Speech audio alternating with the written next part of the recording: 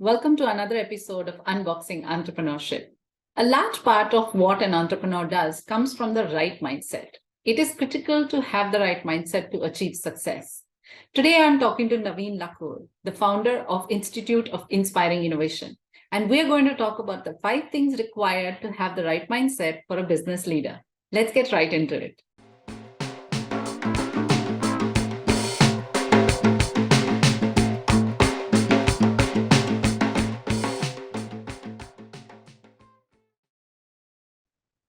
Hi, Naveen. Welcome to Unboxing Entrepreneurship. Hi, Pallavi. Thank you so much. It's great to have you. We are going to talk a lot about the mindset of business leaders. And, when we discussed it a little bit earlier, there were a couple of topics that came out which I felt we should address in this conversation. But before we get into that, why don't you tell us about yourself and your organization? Yeah, my name is Naveen Lakkur. I'm a serial entrepreneur turned innovation coach.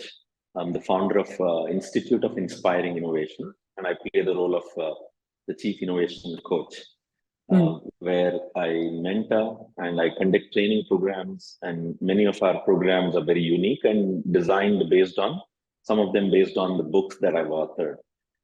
Some of the books are with international recognitions and has several IPs, and it is meant to inspire innovation and entrepreneurship and intrapreneurship. And I believe new age leadership is going to be driven by those who are intrapreneurs, those who are entrepreneurs, and innovation is not an option. So that is what I've been doing. And built tech companies, and then been instrumental as a mentor, as a catalyst for more than 250 ideas to have become commercial realities globally. And I've touched and enabled and inspired more than 100,000 professionals and students. Yeah, and the account is on, and I'm on a mission to nurture new age leaders. Excellent. And how long have you been doing this? It's as a profession, it's been like 7 years now. But as a passion, it's been my passion, which has become profession. But otherwise, I've been in the software industry, built tech companies, tech-enabled companies. Now, as part of mentoring and coaching, and then mainly training. So that we do, it's agnostic to any industry vertical. But there are few industries where technology is disrupting the way business is done and so on. So like in the healthcare and in this field of financial services, and high tech itself is disrupting so much, disrupting its own self. So these areas I give a little more time of mind, but agnostic to verticals. Of late, I've been also engaged in enabling people in the agri-tech, food tech, rural tech. So tech is becoming part and parcel of every field. And they are like two sides of the coin, right? The industry segment and the technology. And, they are like inseparable twins, the book that I was referring to. Cool. So a lot of diverse experience, and you mentioned that you worked with a lot of entrepreneurs, students, which I think positions you very well to talk about some of the mindset challenges that these people face. So a couple of things that I wanted to talk to you specifically about. When you talk about innovation and whether it is to build a new business or, as you said, intrapreneur, within the organization, when you're talking about innovating into different ideas, I know from experience that a lot of people, when they have to come up with new ideas, the very first challenge that they face is that mindset block, but who am I to come up with this idea? Why will anybody pay for my idea? Why would anybody listen to me, right? Which, as you know, is called the imposter syndrome. So is this something that you have come across? Yeah, day in, day out. I think that's the normal. And everybody, majority of them think that way. So they think they are not innovative, and who are they to be? And they think it is a specialist job, right? So somebody in the R&D needs to be doing, and so on. So it's definitely a mindset issue, right? And in fact, I used to think that I was very special because I was innovative. And until I met William Miller. William is somebody who started Stanford Research Institute's innovation program. And he had an idea, and I was known for validating business ideas and so on. So there was an occasion when we met, and when we were discussing, he mentioned that the potential to innovate is there in every person. So then I realized, oh man, if that is true, then I was much happier, because if it is so, then how do we bring it out from people? Correct. And realize it is a mindset issue. And innovation today is not an option for any business. But if in case they are not aware, or some people are doing it but not Yes. knowing, right? It comes natural maybe for them, or they've developed that capacity, not consciously, but they have developed it. But majority do not have that, or consciously they believe that it is not for them.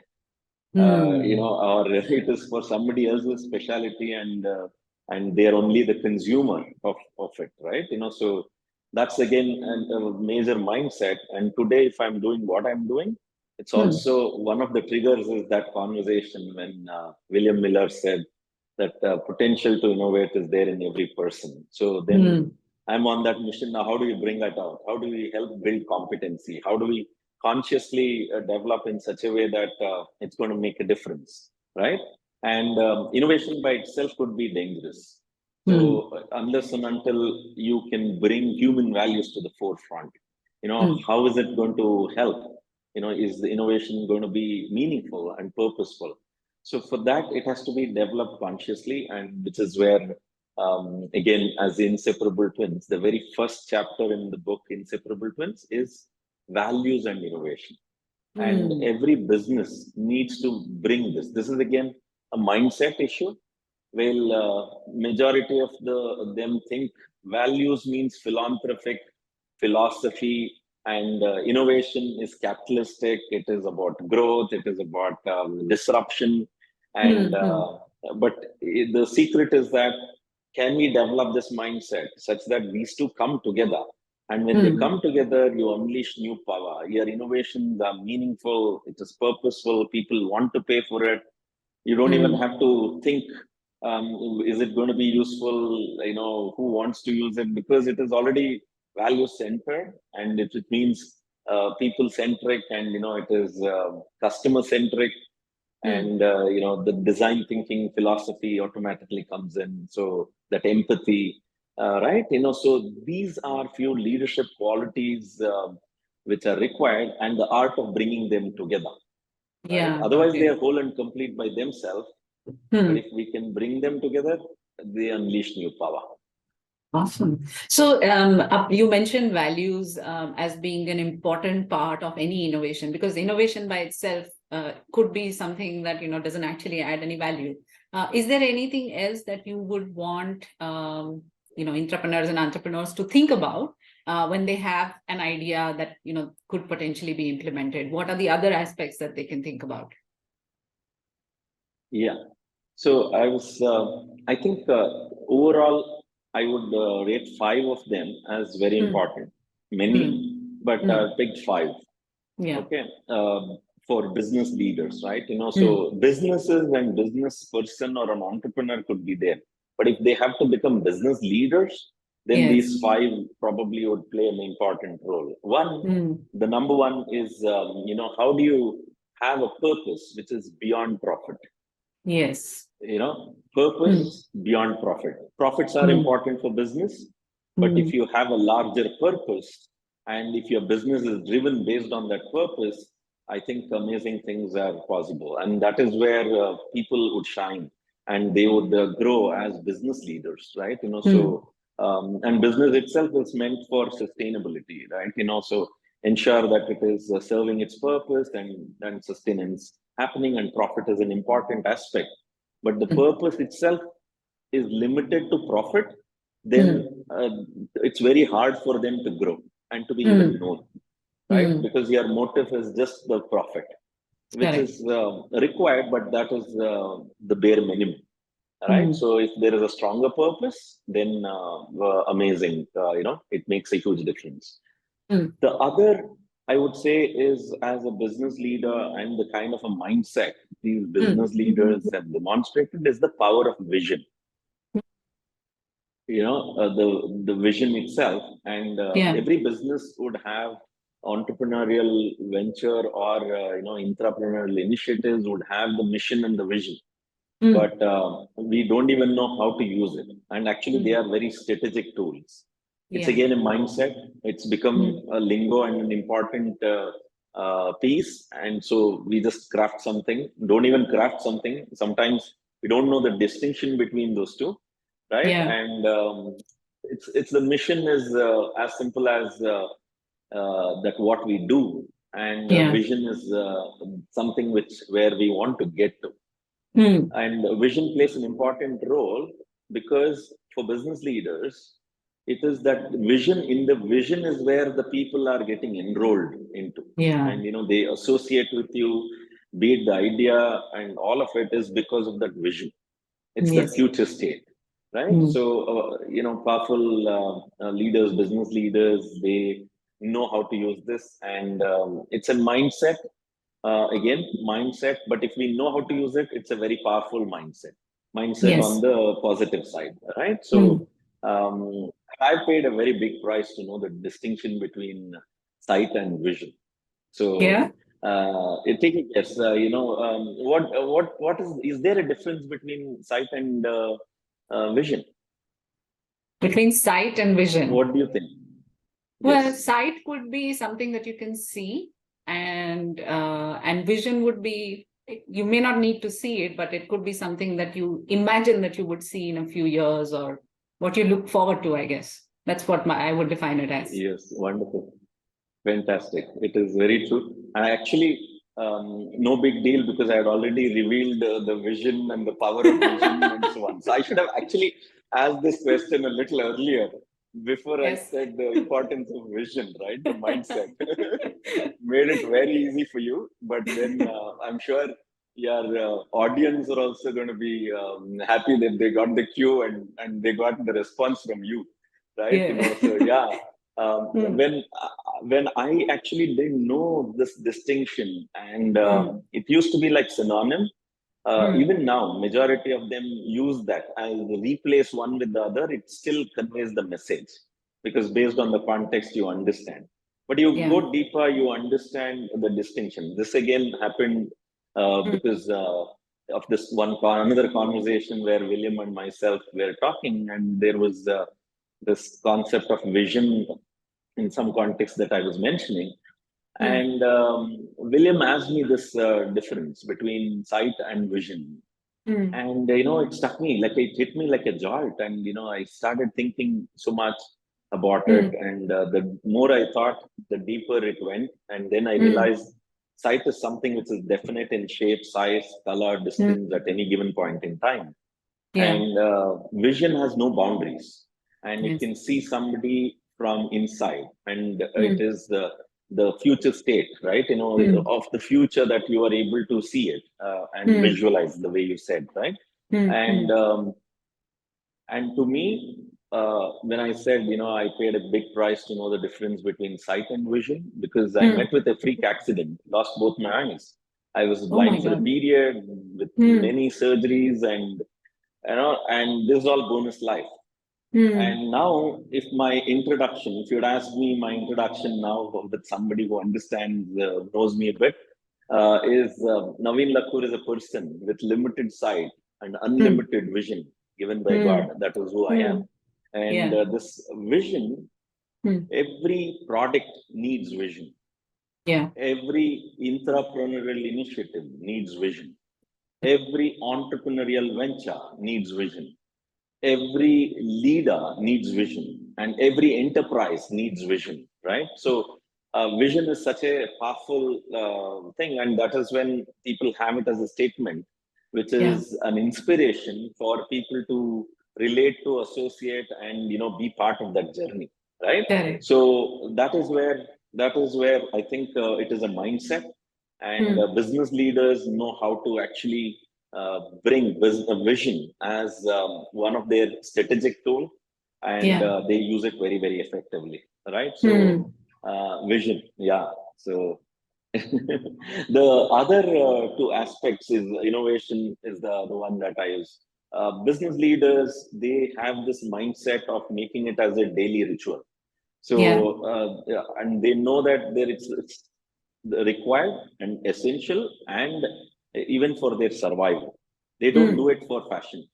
Hmm. Innovation is their way of life, right? So Ah, that's the yeah. culture that they want to build, right? Correct. So because if you are not, you can't be a leader, right? You will sustain, maybe you will be in business maybe, but if Hmm. you want to be a business leader, the Hmm. mindset which is required is how are you using innovation as your daily routine, right? Yeah. So that's the other aspect. Then Hmm. I didn't mention the fourth one, not in any specific order, but then the customer centricity. The business leaders know how to keep the customer in front, and Got it. everything that is getting designed, and everything that is being done Hmm. is always keeping customer in focus and in mind, right? So Correct. last but not the least, in the five things that I wanted to mention as the mindsets that the business leader would have or develop, Hmm. which otherwise most of them put it in the other side, is building the team, nurturing the team, right? So Yes. if you want to be business leader, you need to know how to build and nurture amazing teams, and amazing teams. Like Steve Jobs once said, I would rather want to go and hire somebody better than me, right? Hmm. And business leaders have people, not those yes masters who would want to just say yes to what you want to say. Rather, Correct. they will come, share their thoughts, and talk about strategies. They have the power, and what do you say, that they've developed the trust for them to take action and execute, right? So Hmm. that execution capabilities, that competency with the team, Hmm. and that's why probably team itself is Hmm. together everyone achieves more, right? So, and leaders Yeah. understand the power of that, right? So together Yes. everyone achieves more. So these Awesome. five, Awesome. I would say, are yeah. Hmm. Very, very, very, very insightful. I do have two questions on a couple of the points. So when you talked about innovation and you say that business leaders understand that innovation has to be a daily activity, right? They can't afford to Yeah. not be innovative, because while they can be sustainable, they may not be leaders. One of the challenges that a lot of entrepreneurs face is too much innovation. Get excited by everything that is happening, like AI is the big thing right now, and I'm sure there are founders and leaders all over the world thinking, how can I incorporate AI in my my business? Whether they can or they can't, it's a different question. So how is there a way to control the amount of innovation that you do, and should you control it? Okay, so I think it is important that for us to understand innovation is essential, Hmm. and majority of the time, I think what you are referring to would be coming with ideas, Hmm. and not necessarily innovation. Okay. Innovation would mean that you'll have to put that to use and bring some benefit. So it's the Hmm. process. Hmm. Okay, Hmm. and Hmm. smart people do not Hmm. have the problem of not having ideas. In fact, actually, they have a bigger problem of too many ideas. Yes. That's exactly what you're referring to, right? As Hmm. entrepreneurs, they keep getting so many ideas, and trends are changing, and Hmm. new technologies are in the market, and you Hmm. want to show. If you're not talking those jargons, you feel you're out of place, and or Hmm. if you are excited about something, so you want to just do something about it, right? So Yes. as ideas, then definitely yes, it will sometimes, it is stressful also to the entrepreneurs, because they're getting so many ideas, but Correct. not all ideas have business in it. Hmm. Okay, and at Hmm. the same time, I believe no idea is a bad idea, Hmm. and this is exactly for the reason, because as you rightly said, I came across so many people who have the same issue and the kind of challenges Mm. and wanting Mm. to innovate, but the brilliant ideas, Mm. and sometimes all their effort time is spent on the wrong ones, Yeah. right? And based Mm. on their excitement and so on. So Mm. this is where I had to write this book by name Found. Mm. And Found has three of my IPs, which will help. It's a framework, five-part framework to develop a winning idea. And as I said, I also strongly believe no idea is a bad idea if only you know how to classify them and take action according to that. Got And it. expectations also will vary. Mm. And some ideas could be a pastime idea. So innovation journey could be you're aware that Yes. it is going to be pastime. And Mm. some idea could be so relevant now, and Mm. innovation should mean, okay, how do I put that and let that be the driving force for my business, because it's going to create value, enhance value, and also Mm. create differentiator and entry barriers for Mm. the market competition, right? So, Yeah. so when you know which one has that potential, where you need to invest your time and effort, then it becomes meaningful and powerful, right? Otherwise, it is clutter. It is so much there and noise, right? Actually, Yes. more than helping you, it might dilute all that effort and the power of your business. So Yeah. some are strategic, some are tactical. Some this Mm. is where the classification and it is also time based, right? If Correct. SpaceX, for example, Mm. 10 years ago, if Mm. somebody had said it is definitely a pastime innovation and it Mm. can't be a business. Even today, if Mm. you want to start off a tourism to space, which is one of the objectives, I Mm. don't know how many people would be willing to pay and go and take that risk. Maybe not yet, but it is it's come into that frame now that people think that as a business. Yeah. 10 years back, it was not even a business. It was a Mm. wishful thought, and it was very risky for it to be a business. So Mm. people like Elon Musk didn't mind investing money and for research purpose, and the innovation was more to get a kick out of it. And Mm-hmm. later they knew if they succeed, they will know how to monetize it. All right. Mm-hmm. So, but at that point in time, it's something which is not even greenfield. This is unknown space, Yeah. right? So, which Mm. does not have business potential at that point in Correct. time. So, this is Mm. one of the IPs of mine in the book Found. And how do you quickly validate your idea is the other one, which is the Rose model. So, three of Mm. the frameworks there, which should help Mm. those people who are actually brimming with ideas, like the members that you were talking about, Yes. and then accordingly take action, and then which one you need to pursue so that your innovation becomes meaningful. Yeah, absolutely. I mean, anyway, as founders and or innovators, we are brimming with ideas. We have so many things to think about, and I think I like what you said, that there has to be some classification of the potential of the idea. As you say, is it a pastime idea? Does it have business potential? Is it something that is going to be really big in the future? So I think that kind of that skill is extremely important for entrepreneurs. So thank you for sharing that.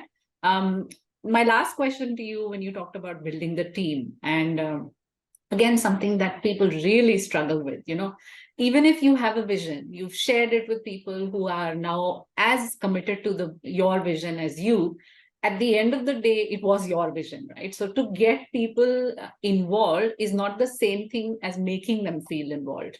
So as a leader, you have to figure out ways to get the best out of them without thinking that they are treading on your toes, to put it very simply. So, do you have any experience with that? And what do you suggest that people do to help the team perform together?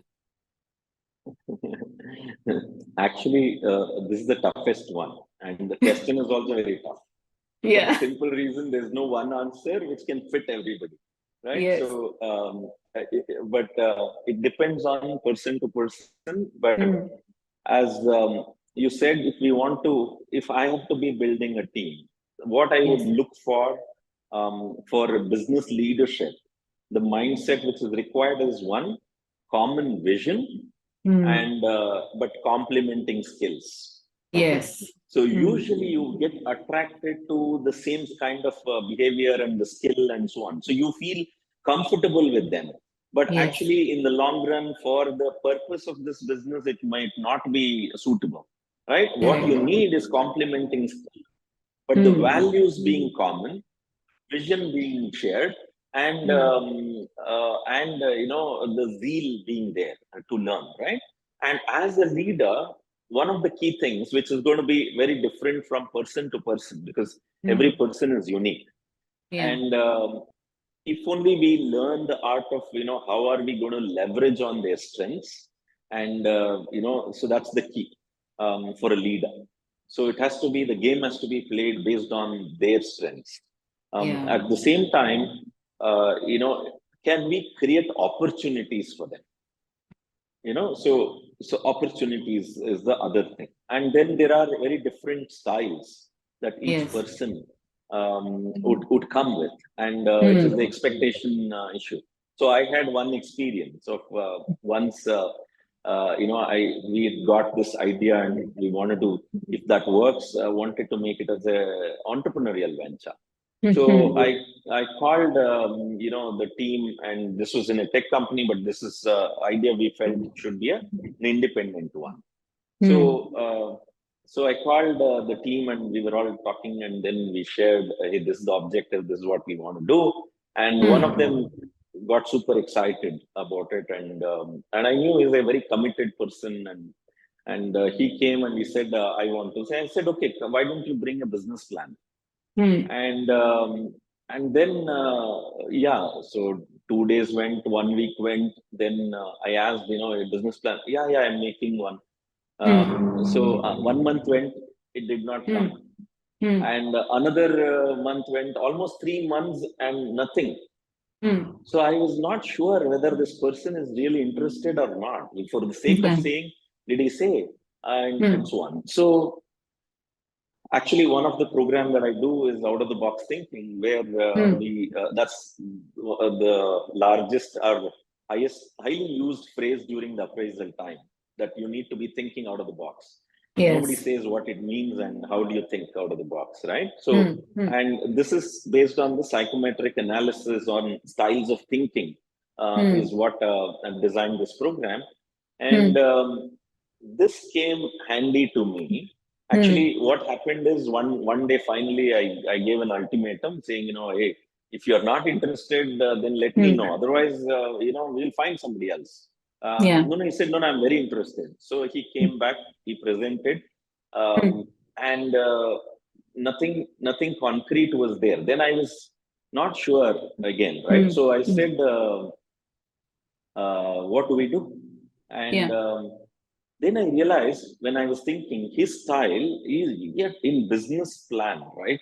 You talk about the future state, 5 years down the line, customer Mm. behavior, and who is your target customer, what could be the revenue potential.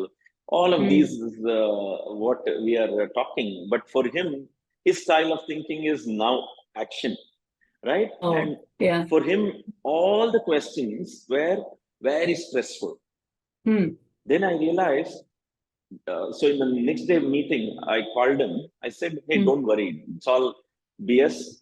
Talking about 5 years plan and all of that. Don't worry about any of those. Do you think Mm. three customers, prospective customers, would you be able to meet?" Mm. And he said, "Yeah. By when will you do that?" He said, "By Mm. 1 week. No problem. Okay." And Mm. the 10 people of this kind of persona, would you be able to identify and meet? And he said, Mm. "No problem. By when would you Mm. do that?" 3 days, Mm. 4 days. So in less than half the time that he committed, he did all of Yeah. it. Then Oh. I realized that his commitment is there. It's just that Mm. the style of thinking isn't. So Yeah. immediately another person who loves business plan, future thinking, all of those, right? Mm. I got him and Mm. said, hey, we need a business plan. And very opposite task to the way this guy took it. And Mm. he did it so great. Actually, both coming together formed a Mm. fantastic team. otherwise, Right. which I was missing otherwise, right? Mm. Expecting one person to do all of it and all of it Mm. won't happen. So Mm. it's an art Mm. again, and it is going to vary from situation to situation, business to business, and person to person.